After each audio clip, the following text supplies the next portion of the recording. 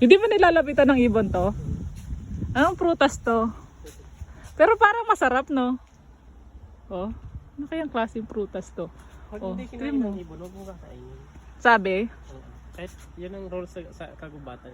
Ang dami, Pag oo. napadpad ka sa gubatan, tatandaan mo kung alin ang hindi kinakain ng ibon. Sinong nakakakilala ng prutas na to? Baka parang siya yung dahon niya, no? Parang tea. Parang tea. Malalis nga lang. Pero yung bunga niya, oh. Tingin ko maasim-asim yan.